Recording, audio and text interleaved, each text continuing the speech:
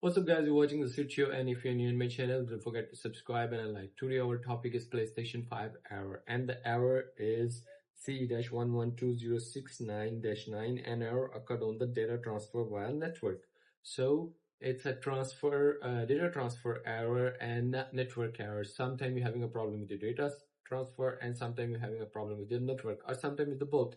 So I'm just going to share my screen on the left side. So we go to the screen and then go to the settings. Here we are at the system, and then just wait, go back.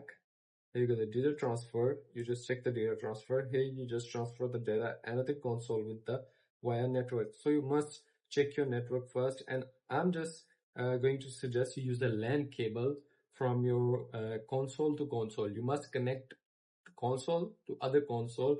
It will be good, and your data will be transferred uh, in a speed.